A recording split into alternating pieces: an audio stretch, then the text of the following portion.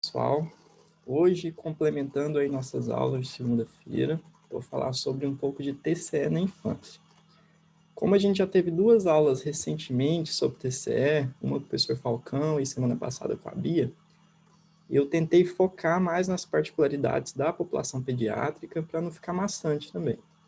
Mas o que for bem importante, a gente vai acabar tendo que repetir, porque são detalhes que são importantes também na população pediátrica. Então, em relação ao roteiro, nós vamos falar primeiramente das particularidades da população pediátrica, depois do manejo do TCE leve e, por último, sobre o manejo do TCE moderado e grave. Então, falando um pouquinho das particularidades da população pediátrica, lembrar que o TCE na infância é a principal causa de morte e morbidade grave na população pediátrica acima de 1 ano. Dados lá dos Estados Unidos mostram que, anualmente, há cerca de 475 mil novos casos de TCE na população pediátrica entre 0 e 14 anos, sendo que desses 475 mil, 90% são casos leves, que não precisam de hospitalização.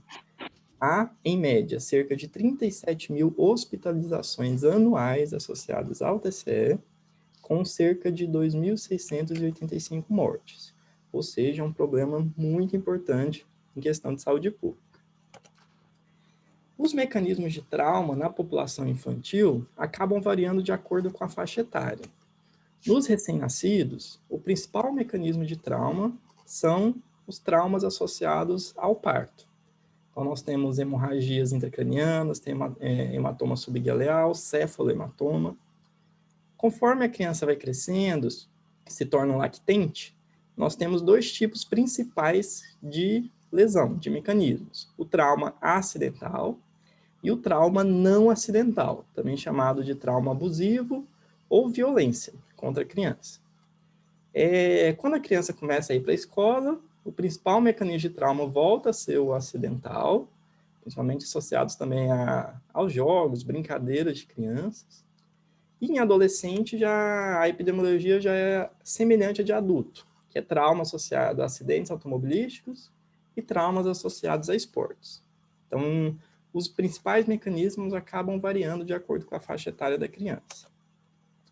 Então, como a gente está falando de população pediátrica, tem algumas características, algumas particularidades anatômicas que a gente tem que lembrar quando está lidando com esse paciente traumatizado. Falando primeiro em relação à pele, a gente sabe que a pele da criança ela é mais fina, ela é mais... e ela consegue absorver menos o impacto. Além disso, ela é mais sensível, mais frágil, ela tem maior facilidade de fazer hematoma subcutâneo, devido à fragilidade capilar. Além do hematoma subcutâneo, pode fazer hematoma subgaleal, cefalohematoma, também associado à fragilidade desses tecidos. Se, por um lado, a pele da criança é mais sensível, consegue absorver menos impacto, o crânio tenta compensar. Porque o crânio tem as suturas que não estão calcificadas ainda, e os ossos são bastante móveis. Então, isso consegue compensar um pouco o fato da fragilidade da pele. Além disso, na criança, quanto mais jovem, maior é o índice crâniofacial, ou seja, tem mais porção craniana do que face na cabeça da criança. Outra coisa que é importante é que na criança a medula óssea vermelha é muito aderida ao periósteo e ao córtex do osso.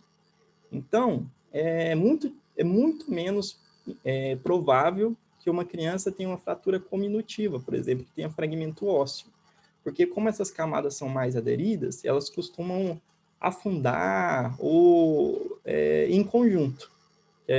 Fazendo uma analogia, aquela fratura de galho verde de osso longo, no crânio também acontece isso. A cada que as 3 camadas, as 2 corticais, a díploide, afundam juntamente, tem menor chance de ter fragmentos ósseos soltos na criança. Em relação ao cérebro e aos nervos, a gente sabe que tem menos mielina na criança quando ela é muito jovem, né? Que o processo de mielinização vai acontecendo aí ao longo dos primeiros meses de vida. Então, As fibras nervosas, os nervos, como tem menos mielina, que é gordura, tem uma maior proporção de água nesses nervos. Então, eles são mais maleáveis e menos sujeitos à ruptura, devido a essa maior proporção de água. Além disso, o cérebro é um pouco mais amolecido na criança. Então, ele também é sensível à movimentação, a lesões, a contusões associadas à aceleração, desaceleração. E por último, falando sobre o pescoço, a medula e a coluna cervical, a gente sabe que os ligamentos, as articulações são mais frouxas, são mais flexíveis e são mais fáceis de serem deslocadas. Em relação aos tipos de lesão que podem acontecer na criança, são semelhantes aos tipos de lesão que podem acontecer no adulto. Nós temos aqueles 3 principais formas de hemorragia: a hemorragia epidural, que é aquela lente biconvexa, associada a um sangramento arterial ou sangramento de seio. Nós temos hemorragia subdural, que é aquela lente côncavo-convexa, né, que se acomoda aqui no espaço subdural, que é associado principalmente à ruptura de veias-ponte. Nós temos a hemorragia subaracnoide, que na tomografia a gente vê aqueles sulcos com material hiperdenso, né, preenchendo esses sulcos. Ele é um pouquinho mais difícil de ver, mas com o tempo a gente vai pegar na prática também para ver a hemorragia subaracnoide. Esses sangramentos, por sua vez, podem causar efeito de massa e herniações, que a gente vai comentar com mais detalhes daqui a pouco. Mas aqui está demonstrando uma herniação subfalcina, que pode acometer, pode fazer compressão de ramos da artéria cerebral anterior, que passam por aqui, a pericalose. Pode fazer herniação uncal, que hernia aqui através do tentório do cerebelo, e pode causar também herniação tonsilar, que acaba que é a mais grave e pode levar o paciente a óbito. Aqui algumas imagens para a gente se lembrar, que a Bianca falou muito bem disso na semana passada, mas só alguns, para não passar em branco, alguns tipos dessas lesões. O primeiro aqui na figura A, um hematoma epidural, que a gente está vendo aqui está associado até a uma fratura óssea, um hematoma subgaleal e uma lente côncavo-convexa. Aqui nós temos o hematoma subdural agudo, que a gente pode ver pela cor do sangue, que está bem hiperdenso, e ele se acomoda aqui na concavidade cerebral. E aqui, em terceiro lugar, uma hemorragia subaracnoide, que a gente vê um material hiperdenso preenchendo os sulcos. Agora, um detalhe que eu acabei querendo focar, na verdade, um adendo que eu quis colocar nessa reunião, que eu acho que é uma coisa importante, é como é que a gente vê sangue na tomografia e na ressonância. Na tomografia é bem fácil, que o sangue agudo, que é o que a gente mais vai ver associado ao trauma, ele é bem hiperdenso. E conforme vai se tornando subagudo e crônico, a densidade do sangue vai reduzindo. Então, um hematoma subagudo volta a ficar cerca isodenso em relação ao cérebro, e um hematoma mais crônico começa a ficar hipodenso, ou seja, mais escuro em relação ao cérebro. Aqui, 3 imagens de ressonância, lembrando de uma outra forma de lesão cerebral que a gente acaba lembrando mais do adulto, mas que pode ocorrer na população infantil também, que é aquela lesão difusa, a lesão axonal difusa, que está associada a um cisalhamento das fibras neuronais e também a movimento de rotação. Então, é uma lesão mais microscópica, como a gente sabe, o diagnóstico definitivo é anatomopatológico, mas a ressonância é mais sensível do que a tomografia para detectar essas lesões. Na tomografia, a gente vai ver focos hemorrágicos, principalmente na região de tronco ou de transição córtico-subcortical. E na ressonância, a gente também vai ver esses pequenos focos, mas só que com uma maior sensibilidade. Aqui uma ressonância em C2, na figura G, que a gente vê alguns foquinhos hiperdensos na transição córtico-subcortical, aqui no tálamo. Aqui, a difusão, mostrando nesses mesmos locais restrição à difusão, mostrando sangue. E essa última aqui é o SWI, que é uma uma sequência da ressonância que é muito boa para ver sangramento. Então, a gente vê esses pequenos focos de sangramento marcados pela seta, nos mesmos locais previamente citados.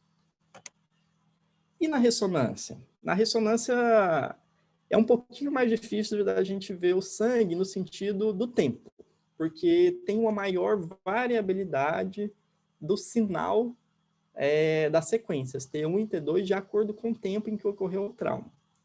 Então, eu achei esse esqueminha bem interessante, que de acordo com o tempo de degradação da hemoglobina, o sinal do sangue em T1 e em T2 vai se modificando, tá certo? Isso aqui eu vou até focar, porque caiu na prova do R2 do ano passado, 5 questões sobre isso, uma sobre cada tempo. Então, no sangramento mais imediato, que a gente vê aqui no meio, nós temos um predomínio de oxihemoglobina.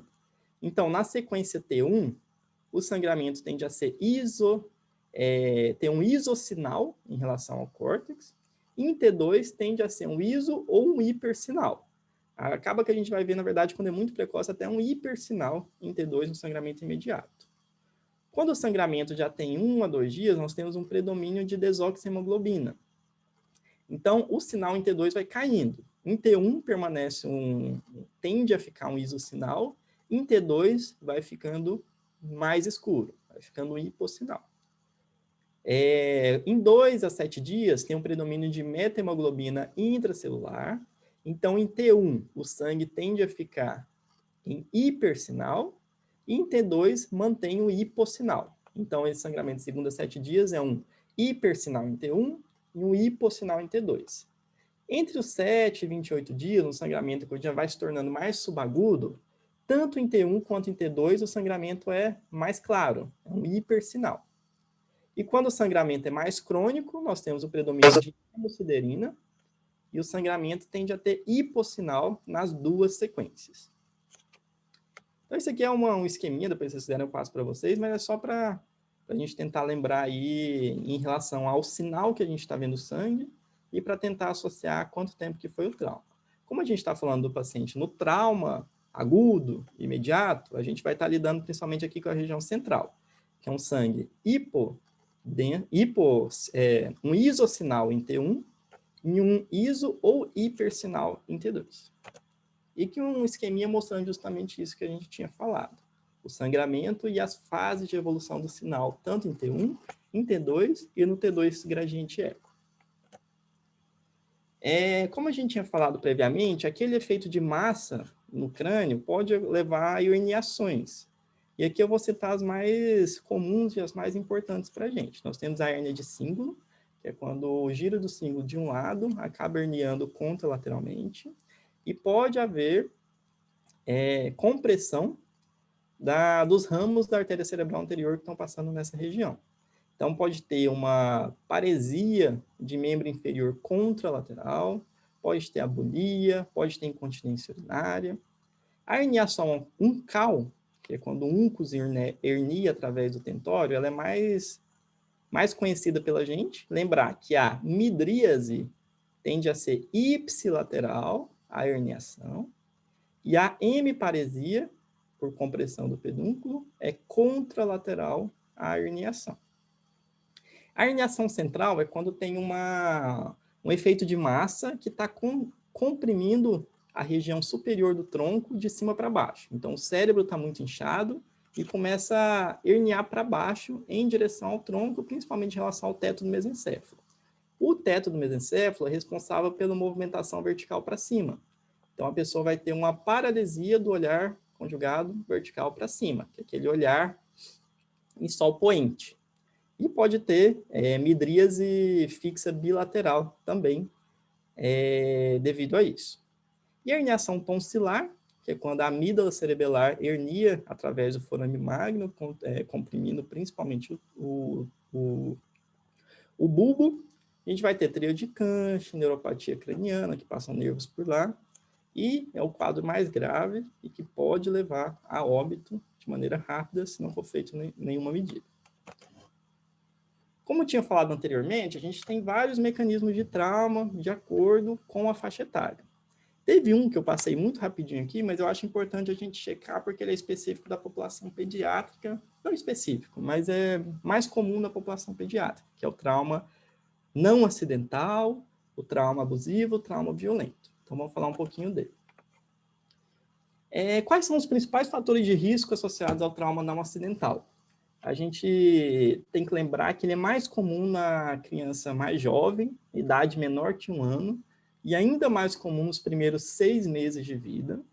Fatores de risco: pais jovens, menor que 21 anos e solteiros, baixo nível socioeconômico, e quando a criança mora em adultos que não sejam parentes dela. Então, quando tem esses fatores, tem um risco mais elevado de ter um trauma não acidental, um trauma abusivo. A síndrome mais comum associada, ou a mais clássica, associada ao trauma violento, é a síndrome do bebê sacudido, Shaken Baby Syndrome, que quando vocês rodarem, ou quem já rodou no ambulatório da neuropediatria, nós temos alguns pacientes que tiveram essa síndrome e a gente vê que ela é bem deletéria ao desenvolvimento da criança.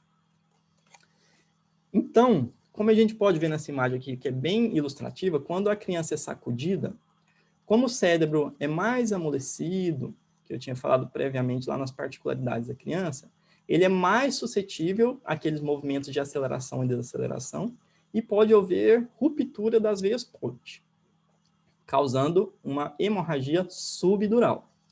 Pode haver também uma hemorragia retiniana, que é bem clássica associada a esse quadro, então tem que lembrar da avaliação do oftalmologista quando há essa suspeita.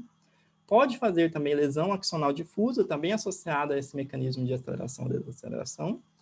E como a cabeça da criança é proporcionalmente muito maior em relação ao corpo, a proporção é maior do que no adulto, pode haver também lesão cervical, associada a esse movimento de chacoalhar a criança.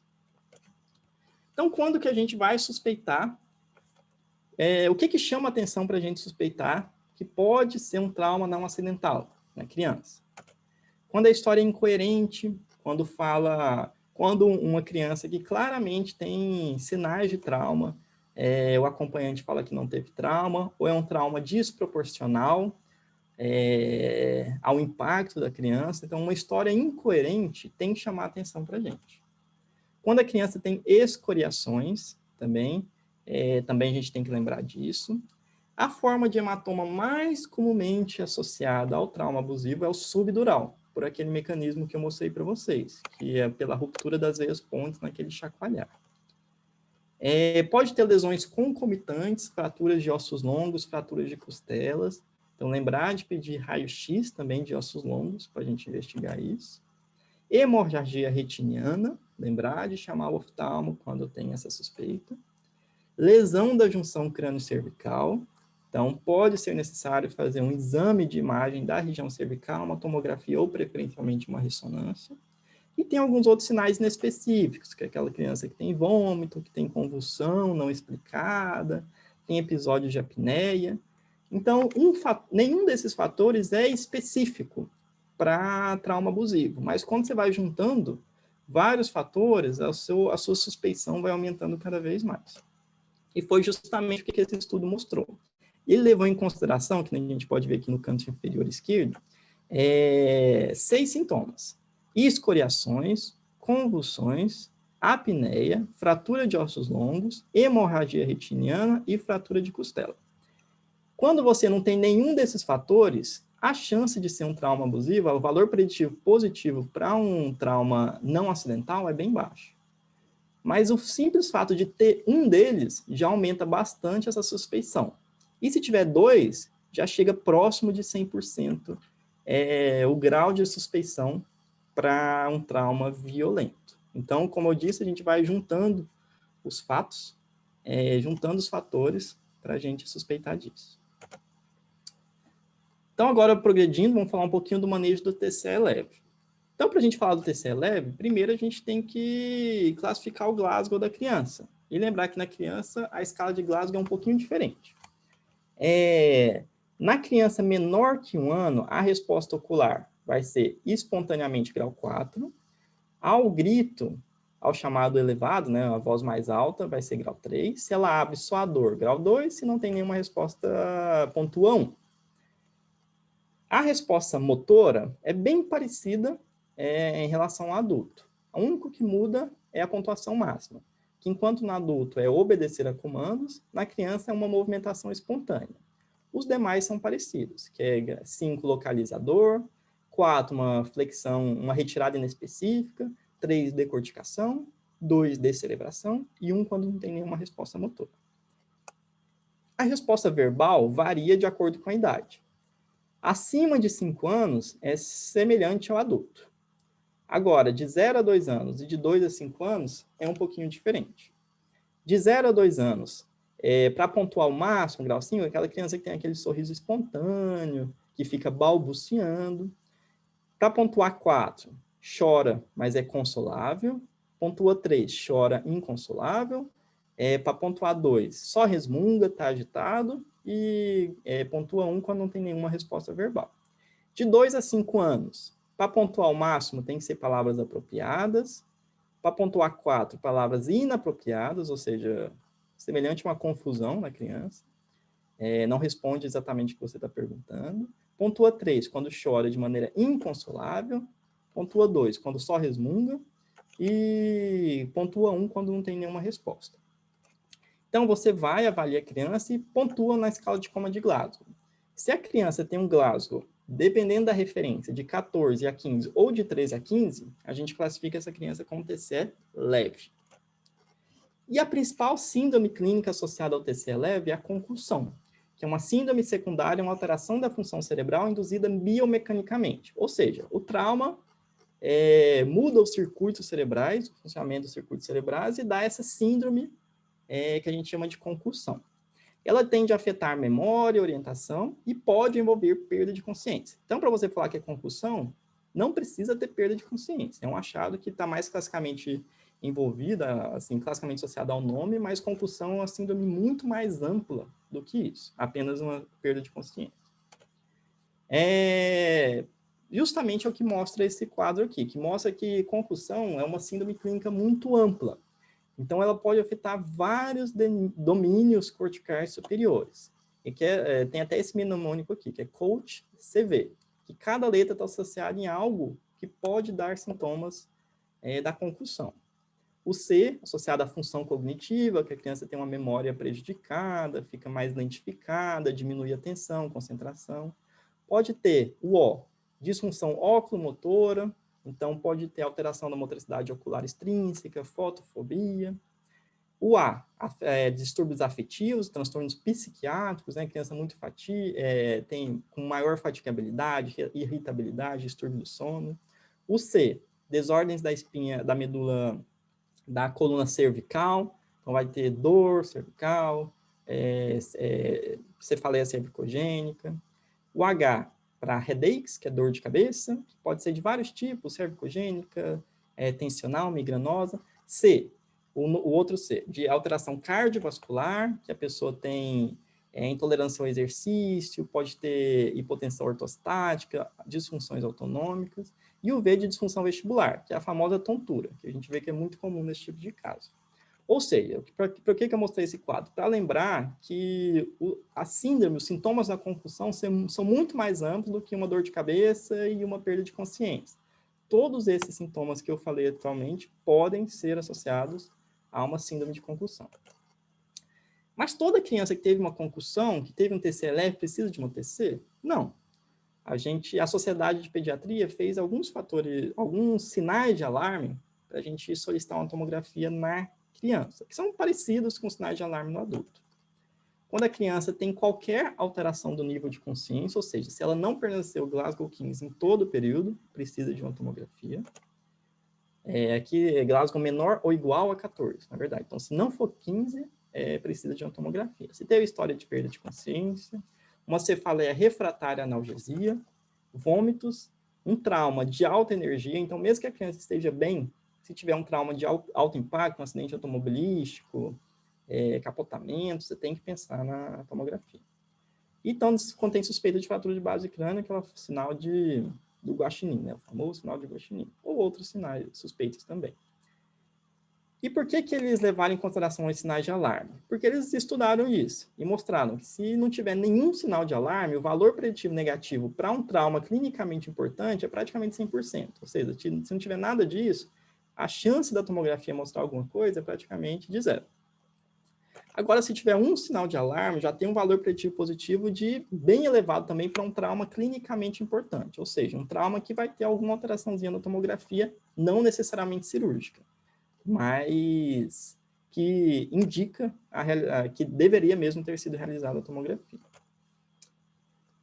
E a criança que teve o trauma? O trauma leve lá, ou não precisou de tomografia, ou fez uma tomografia que não tinha nenhuma conduta. Uma alteração ATC marcha 1, uma ATC marcha 2, bem discreta.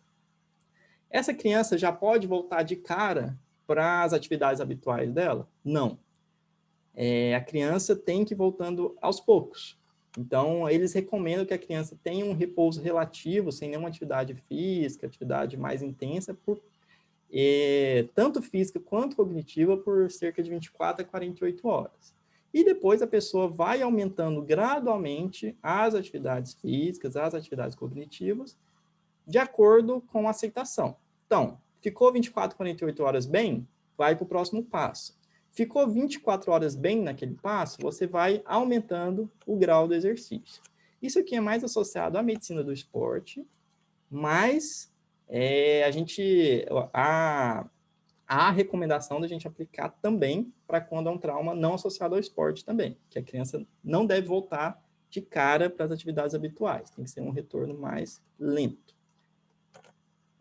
Lembrar que os sintomas da concussão tendem a se resolver em até 4 semanas. No adulto, é cerca de 2 semanas, na criança pode manter até 4. Porém, cerca de 10 a 15% das crianças mantêm sintomas residuais, que a gente chama de síndrome pós-concussão, que era algo que a gente não dava valor antigamente, mas a gente vê que é algo importante, que é aquela criança que mantém sintomas mesmo após um TCE leve. Então, após 4 semanas de um TCE leve, que a gente não dá muita importância, mantém alguns sintomas. E quais são os principais sintomas que a criança tem? Distúrbios cognitivos, um déficit de atenção, disfunção vestibular, a famosa tontura, que a criança acaba desenvolvendo, transtornos psiquiátricos, afetivos, irritabilidade, depressão, ansiedade, e até mesmo abuso de medicações ou abuso de substâncias. Então, lembrar que esses pacientes têm que seguir com um especialista para a reabilitação. Então, se tem um distúrbio cognitivo, acompanhar com neuropediatra, com neuropsicólogo, disfunção vestibular com otorrino, transtornos psiquiátricos e abuso de substâncias, lembrar do psiquiatra infantil. Então, é importante acompanhar com especialista para você acelerar ou poder possibilitar algum grau de reabilitação para essas crianças que ficaram com sintomas residuais, mesmo após um TCE leve. E aqui, essas fotinhas só para lembrar, um dos principais motivos por que a criança não pode voltar de cara para a atividade física. Que tem essa síndrome que é clássica também na medicina do esporte, que é a síndrome do segundo impacto. Que é quando a pessoa tem um novo trauma, um novo TCE, mesmo que leve, em um cérebro que ainda não estava recuperado de um TCE prévio. Ou seja, a pessoa teve um TCE, também pode ter sido leve, o cérebro se machucou, está se recuperando, está voltando a se estabilizar e tem um novo trauma em cima disso.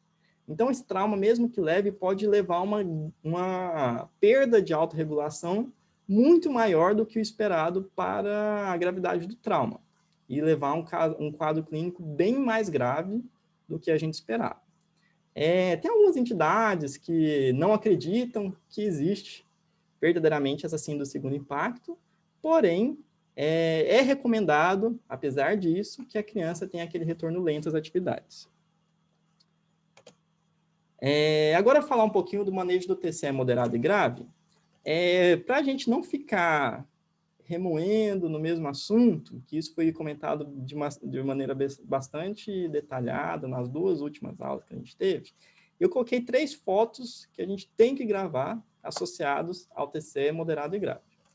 Primeiro é que o paciente do TCE moderado e grave é um paciente politraumatizado, um paciente que tem que ser avaliado inicialmente pela cirurgia do trauma. Tem que fazer o ATLS nele. Lembrar que a avaliação neurológica está lá no D. Então, tudo tem que estar estável antes disso. Então, o paciente não chega direto para a neurocirurgia. paciente tem que ser avaliado pela cirurgia pediátrica, pela cirurgia do trauma anteriormente, para fazer essa estabilização. Aqui nós temos a doutrina de Monroe-Kelly, que a Bianca falou na última aula também, mas que é super importante no trauma. O que a doutrina de Monroe-Kelly fala? Que o volume intracraniano é fixo, e que se tiver alguma massa, alguma lesão expansiva, aumentando, crescendo dentro do crânio, os outros volumes têm que ir diminuindo para manter o mesmo volume. Então, está crescendo a massa, primeiro vai perdendo líquor, depois vai perdendo sangue venoso. Até determinado momento, nós temos apesar do aumento de volume, uma pressão intracraniana compensada, justamente por causa da compensação dos demais volumes. Mas chega um momento que não tem mais o que compensar e torna-se uma hipertensão intracraniana descompensada, que o aumento do volume vai aumentar até de maneira exponencial a pressão intracraniana. Então, aqui as 3 etapas, né? Normal, a hipertensão compensada devido ao reajuste dos demais volumes, e a hipertensão descompensada, que aí começa a ter a elevação da pressão intracraniana. E aqui a famosa curva de Lang-Fitch, que mostra justamente essa descompensação da hipertensão intracraniana. Na fase 1, a gente tem um aumento de volume intracraniano, mas a pressão intracraniana está praticamente normal. Por quê? Porque está compensado. Os demais volumes estão se reajustando. Na fase 2, já começa um pouco de descompensação, que vai aumentando o volume, vai aumentando lentamente a pressão intracraniana. E na fase 3 e 4, a completa perda da autorregulação cerebral. Ou seja, o aumento do volume vai aumentar a pressão intracraniana, e até de maneira exponencial, que até pequenos aumentos de volume vão aumentar a pressão intracraniana de maneira muito elevada. Então, curva de Lang-Fitch, doutrina de Monroe-Kelly tem que estar sempre na cabeça da gente. O que é recomendado para esse paciente no cuidado intensivo? A monitorização da pressão intracraniana é recomendada para melhorar o prognóstico desse paciente. Então, como foi fixado, foi falado bastante, principalmente na aula do professor Falcão, a PIC, a monitorização da PIC, é muito importante para o melhor cuidado desse paciente. A monitorização avançada com catéter de aferição de pressão parcial de oxigênio no parênquima cerebral, apesar de a gente não ter disponível aqui, quando disponível ele é recomendado, para também melhorar o prognóstico, que ele vê quanto que está tendo de perfusão de pressão parcial de oxigênio no parênquima cerebral. E a neuroimagem também, claramente, sempre recomendada para acompanhar esse paciente. Só um detalhe que eles falam aqui no caso das crianças, que uma TC normal muito precoce, nas primeiras 6 horas, em um paciente pediátrico comatoso, não exclui hipertensão intracraniana. Então, criança comatosa, com história de trauma, tem uma TC precoce normal, você não exclui hipertensão intracraniana ainda.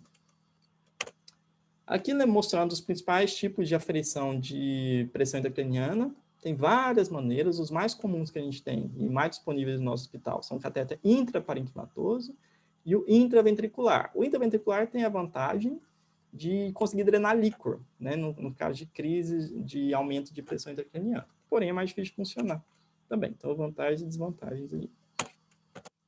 E aqui é um exemplo de catéter que afere aquela pressão parcial de oxigênio no parênquima cerebral, que é um eletrodo tipo Clark, que é utilizado para essa monitorização mais avançada que a gente não tem disponível aqui.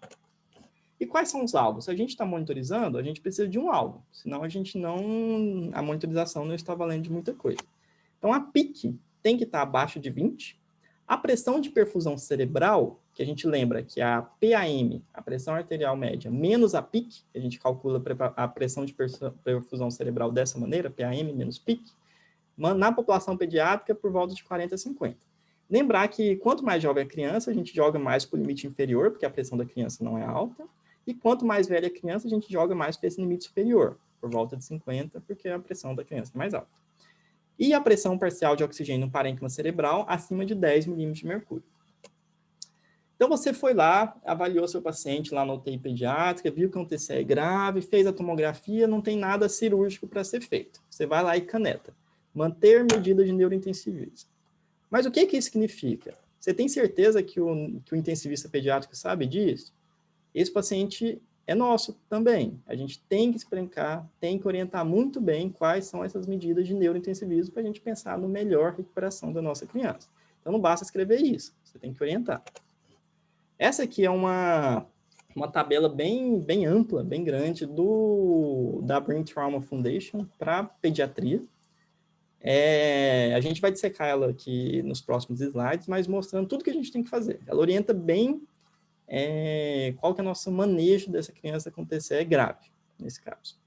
Então, inicialmente, teve o trauma, se o Glasgow é menor ou igual a 8, TCE grave, tem que fazer a tomo. Se tiver uma lesão cirúrgica, um epidural, um subdural, com efeito de massa, tem que operar. Se não tiver isso, você tem que fazer um monitor de PIC, eles orientam.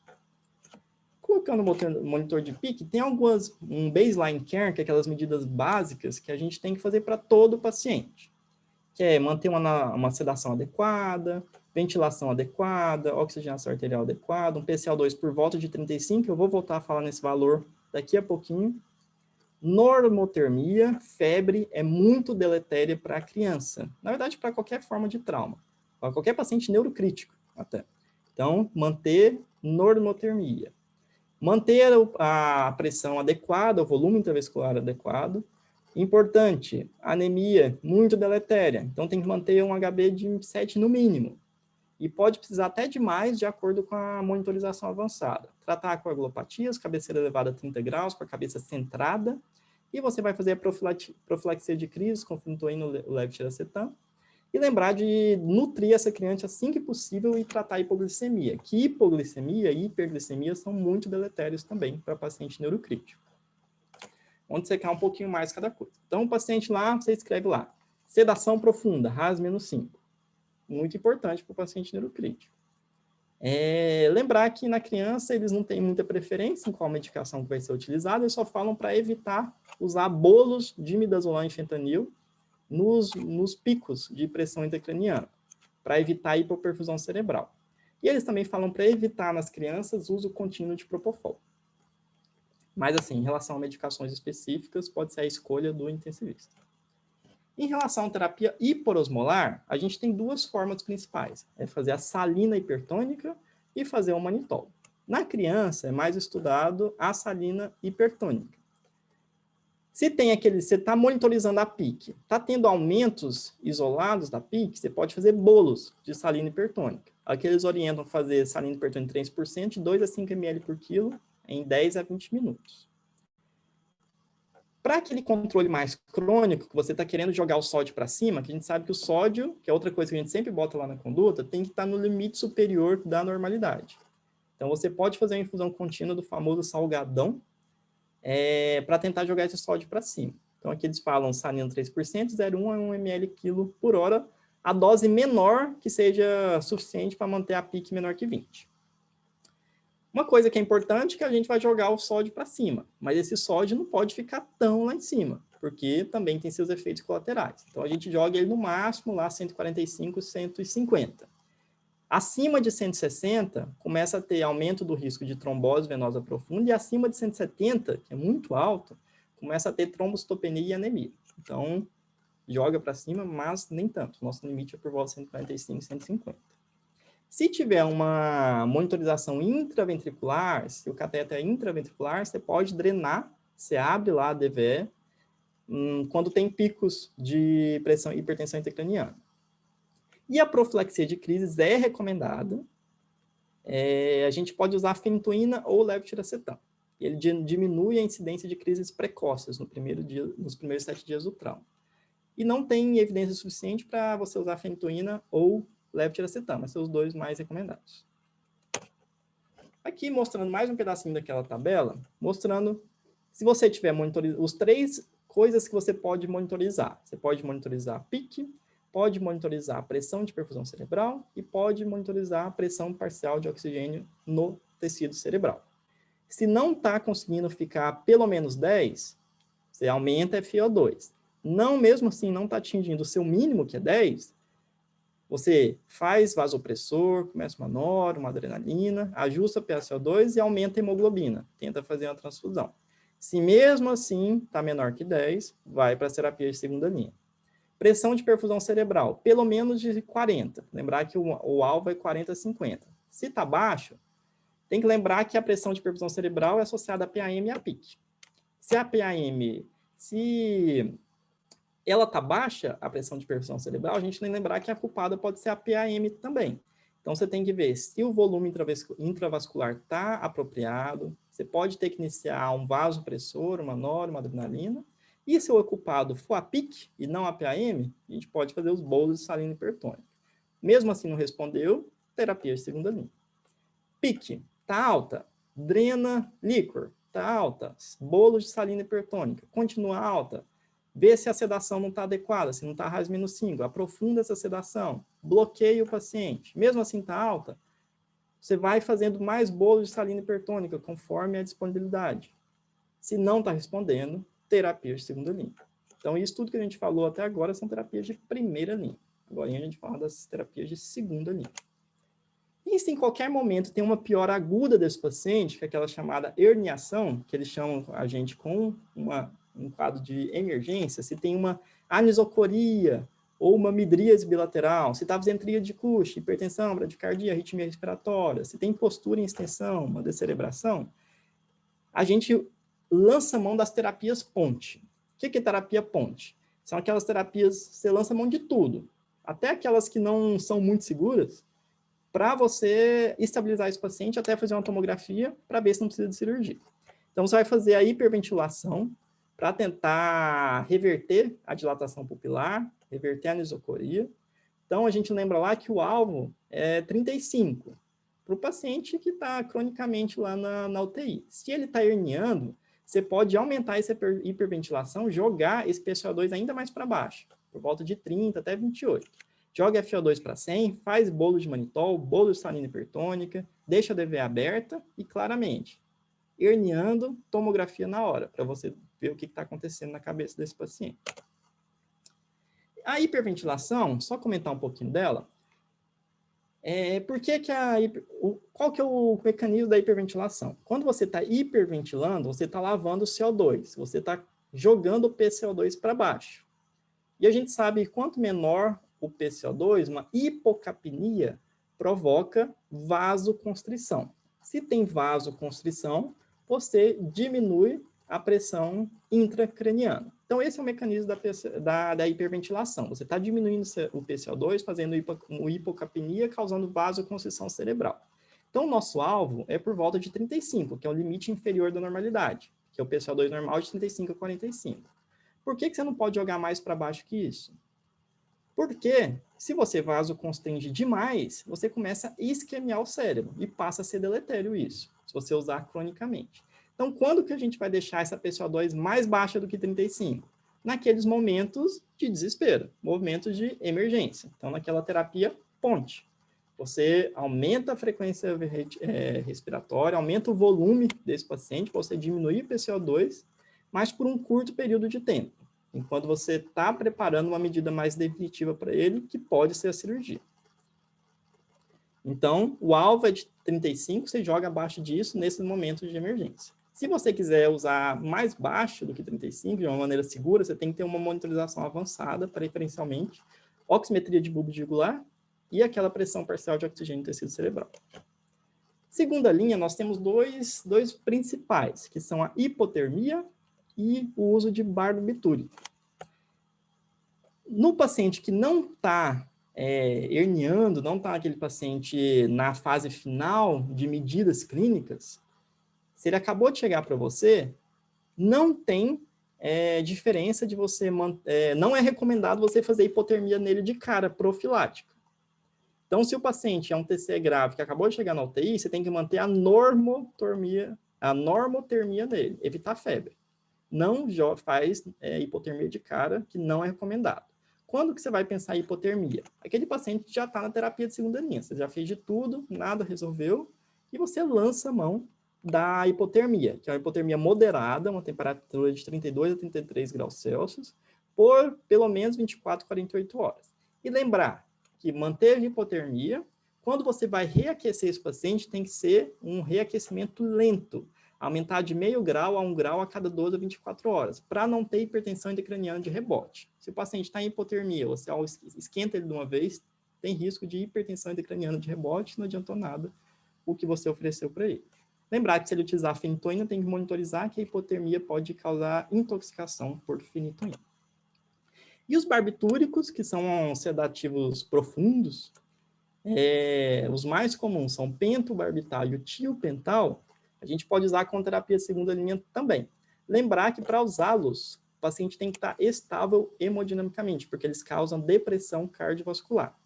Então, você vai usar essas medicações como terapia de segunda linha em um paciente que você já tentou de tudo, só que ele tem que estar estável hemodinamicamente. Corticóide a gente vai usar? Olha, corticóide não desincha, por que eu não uso? Não, para trauma não está recomendado, nem no adulto, nem na criança. Se a criança já usa cortiterapia cronicamente por outros problemas de saúde, você mantém a dose que ela usava, mas você não vai introduzir nem aumentar essa dose. Então, aqui só resumindo o que a gente falou, tá com a pique aumentada, refratária às medidas de primeira linha, você vai repetir a tomo. Se você está considerando cirurgia. Se tiver algo cirúrgico, você opera. Faz a ressecção da lesão, que está causando efeito de massa, ou uma cranectomia descompressiva. Se não tem nada cirúrgico que você vai oferecer, você parte para as medidas de segunda linha. Infusão de barbitúrico, hipotermia moderada, hiperventilação. Aqui a gente já está fazendo aquela medida desesperadora, né? Que é um TCO2 abaixo do recomendado, que para você usar isso aqui, você tem que preferencialmente monitorizar como é que está, se não está tendo isquemia cerebral, e você vai fazendo bolos de terapia hiperosmolar. E aqui é o paciente extremamente grave, que você já está de mãos atadas em relação à terapia de reversão do quadro para ele. Então é isso, pessoal. Isso que eu queria falar hoje. Desculpa a demora.